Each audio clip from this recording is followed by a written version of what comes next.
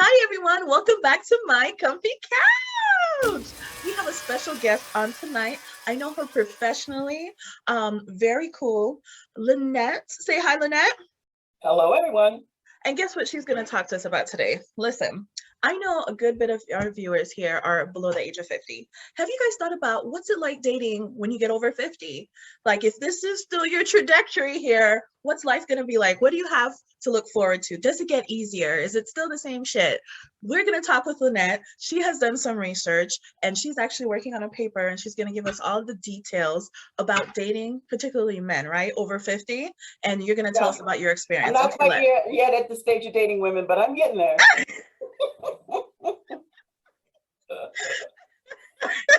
Oh my gosh. Okay, Lynette. So Lynette, tell me, how did this all come about? How did you end up dating again in your 50s? Well, I'm going to put this in the form of almost like a fairy tale, okay? So this is a story that is told in ordinary times, Nicole. This is a story where people pay their taxes and they watch Law and Order marathons. And in that time, not so long ago, I ended an 18-year marriage. So I actually got divorced when I was around 42 years old. And the term phantom limb? It's when amputees can still feel their actual appendage. If they get their arm cut off, they can still feel their arm. That's what it's like being divorced. After almost 20 years, I was single. I could still, for a year, the band, I could see the ring around my finger where my wedding band used to be. And I still felt this sense of the sensation of my missing partner. And much of the time, that sensation was like pain. It was really difficult. It was a truly awful problem to have. So I don't deal with problems so well. So I'm like, let's just get back on that horse. And that's how I ended up back in the relationship market. Lo and behold, in those 20 years, guess what? The way people hook up or meet, it's no longer through your mother introduces you or your sister or some family friend. It's like you got to get online. So that's what I did. I signed up for, you name it, I signed up. Okay, Cupid, Match.com, interracial.com, Date a British Guy. You name it, I was on it, sister. And, they used to have this lovely commercial 15 years ago on for Match eHarmony. And they would be playing Natalie Cole and they'd have these couples dancing around. This will be an everlasting love, right? And I was like, yes, that's what I want, And so I fill out this. If you've never signed up for eHarmony, it's literally like 300 questions. It's crazy. So I fill this thing out. I hit send. I set my geographic region 10, 15 miles from where I live. I check back in a couple of days, 0 responses. Check back in a week, 0 responses. I broaden it 15, 20, 100, 500 miles away from my 0 responses. What? I had to go nationwide to find one person who was a match, who was a white guy in Wisconsin. Okay. I was like, oh, this is going to be harder than I thought. Wow. So then that's like a premier service because that's really driving that you're going to be into a relationship and not just be like, booty call, hookup kind of thing. So I said, okay, I ain't got time for all that. I need a booty call at this point. So I signed up for like Black People Meet or something. And, I started meeting up with people and it was like very interesting. At heart, I'm kind of a researcher and I'm observing. Who am I meeting? What's going on here? So I met this guy in Hollywood and he was lovely. But he's Bahamian, he's half my size, but big girls are his thing. I'm like, okay, if you like it, I love it. So so I meet this guy and we start hanging out and he would say, he would call and say, I'll see you later. And me being who I am, I said, well, when later? And he'd say, later. And 4 or 5 days later, he would show up and I would try to educate him on common courtesy about, what later actually means when you're in this thing called relationship. And it would happen over and over again. And he would start to explain, well, my sister, what had happened was my sister needed me this, my mama needed me to do that, my daughter needed me to do that, blah, blah, blah. I was like, so I labeled this particular individual in my life. I called him the ABM guy, anything but me, because I was way, way, way down on his priority list, right? So bye-bye, Brandon. Enter this guy named Ernie, who I dated for 3 or 4 years. And Ernie was, lovely. When I met him,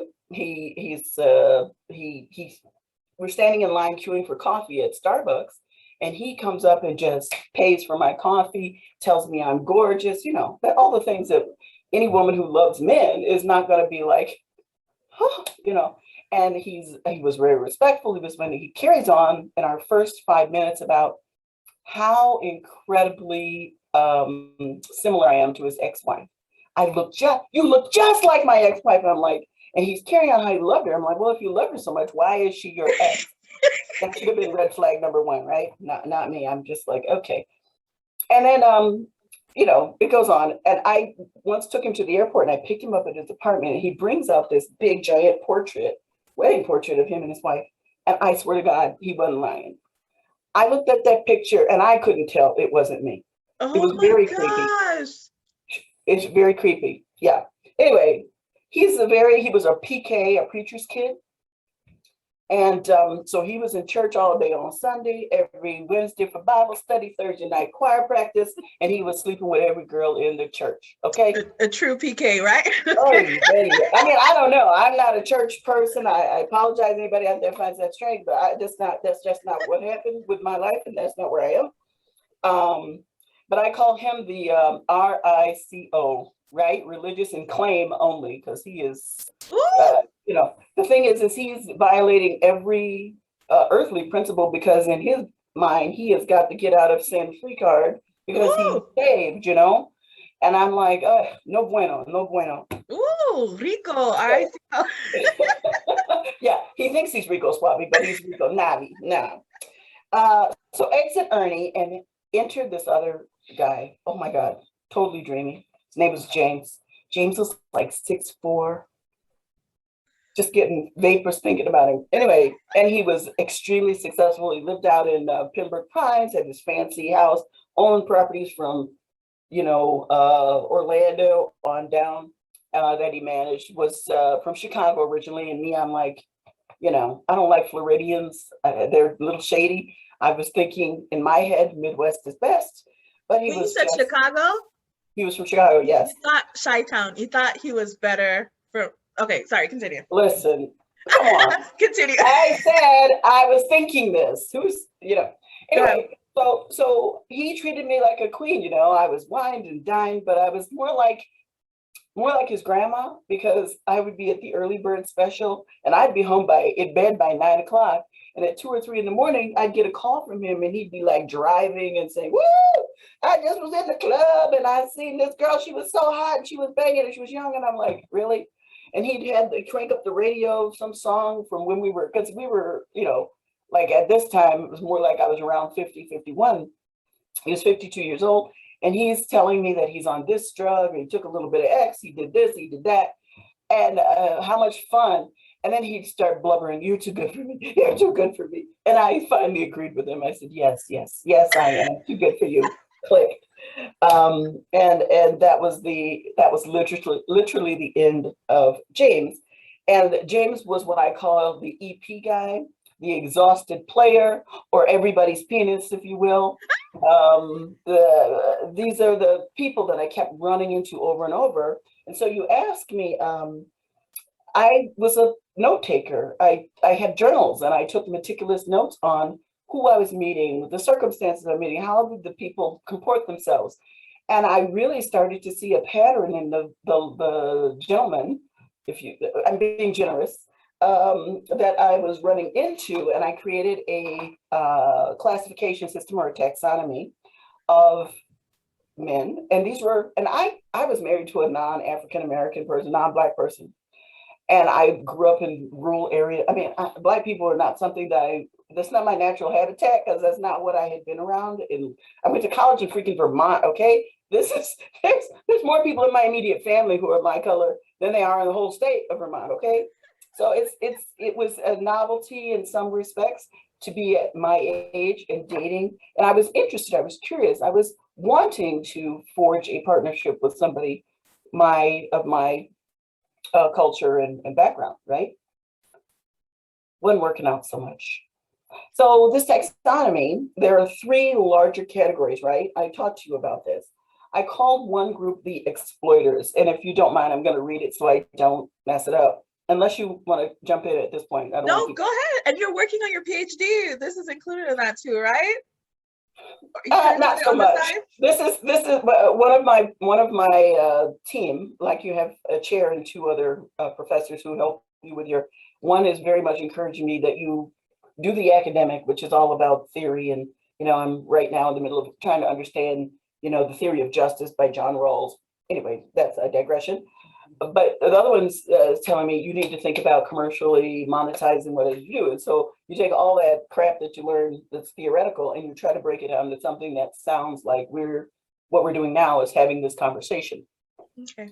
So I talk about this in the realm of, and none of this is rocket science. Anyone who's ever dated anybody will recognize somebody in this mix.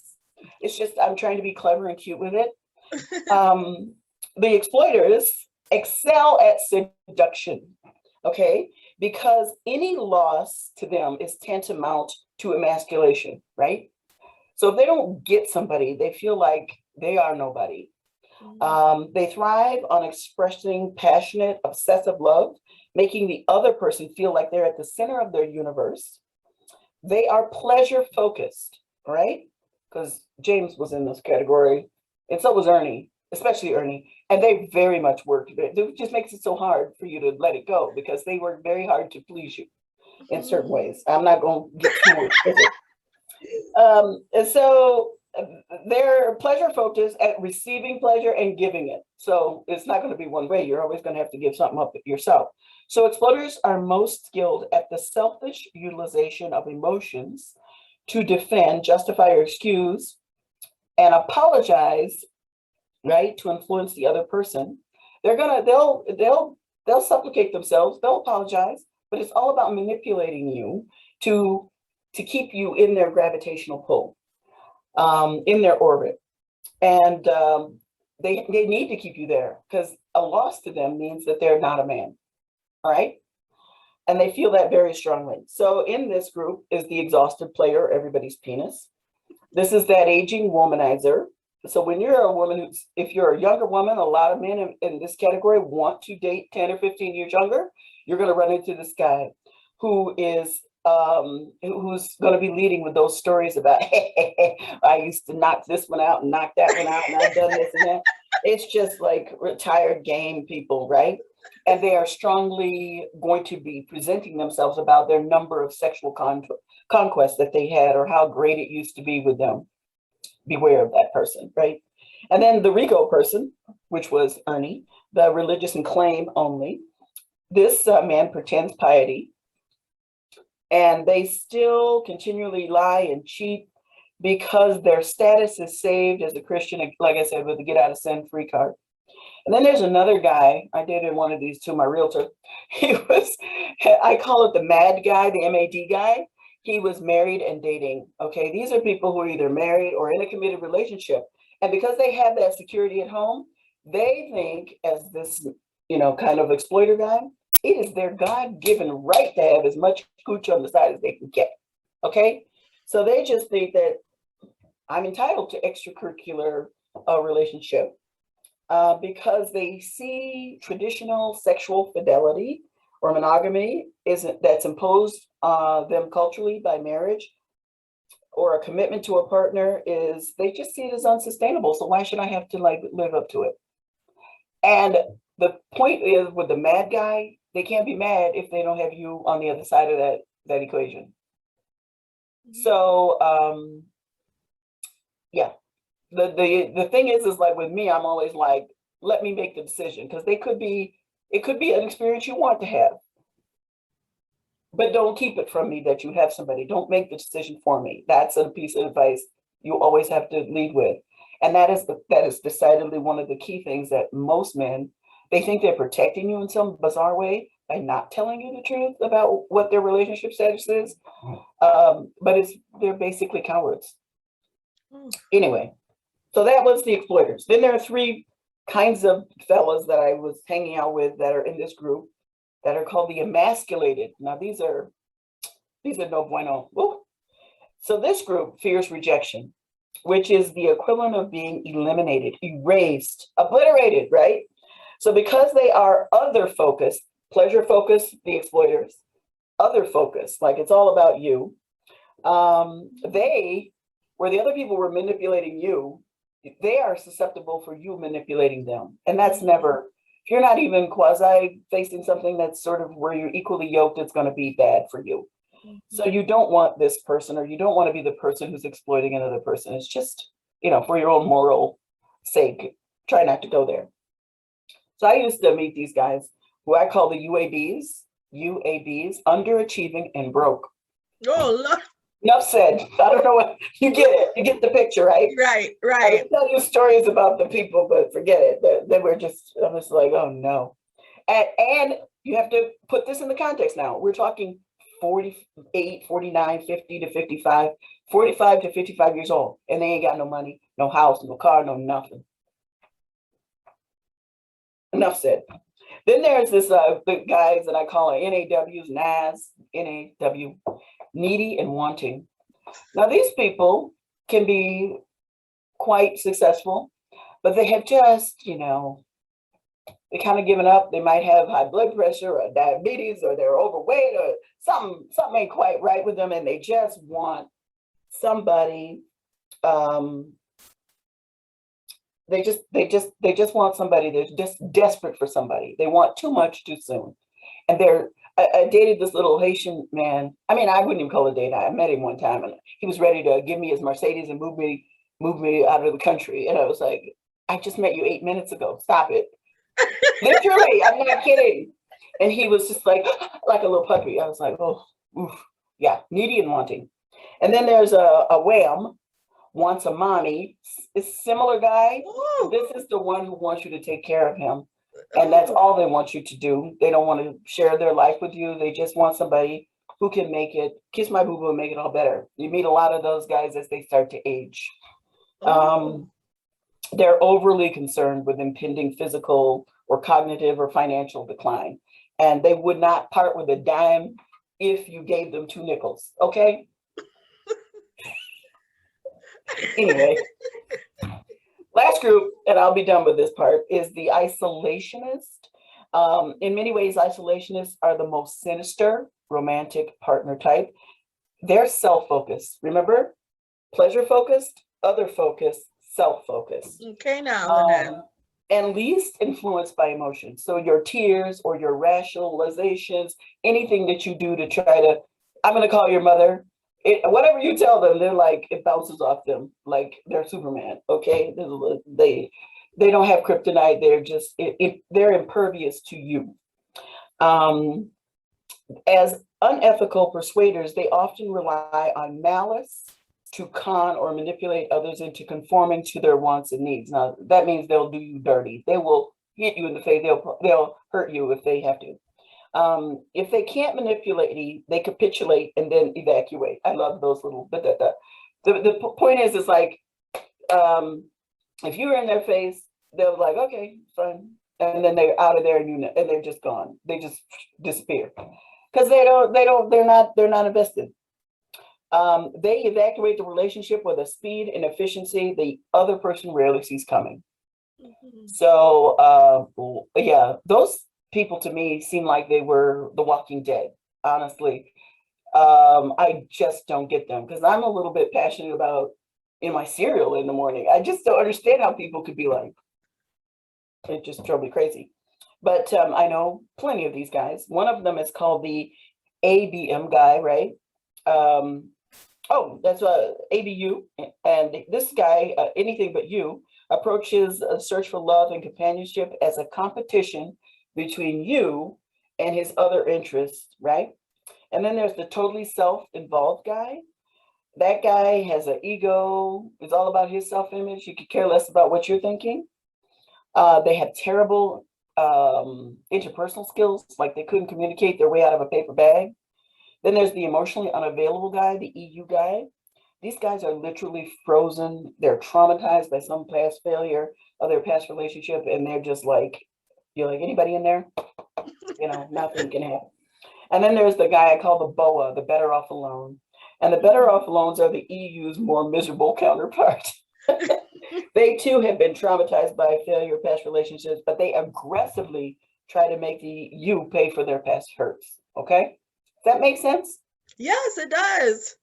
All righty. So how many of those kind of guys do you know, Nicole? And that's what I'm saying, Lynette. And that's the crazy part. It's like, okay, you know, I'm thinking when you get to your 50s, like it's supposed to get easier. Like we've been doing this longer. Why do you think it should get easier?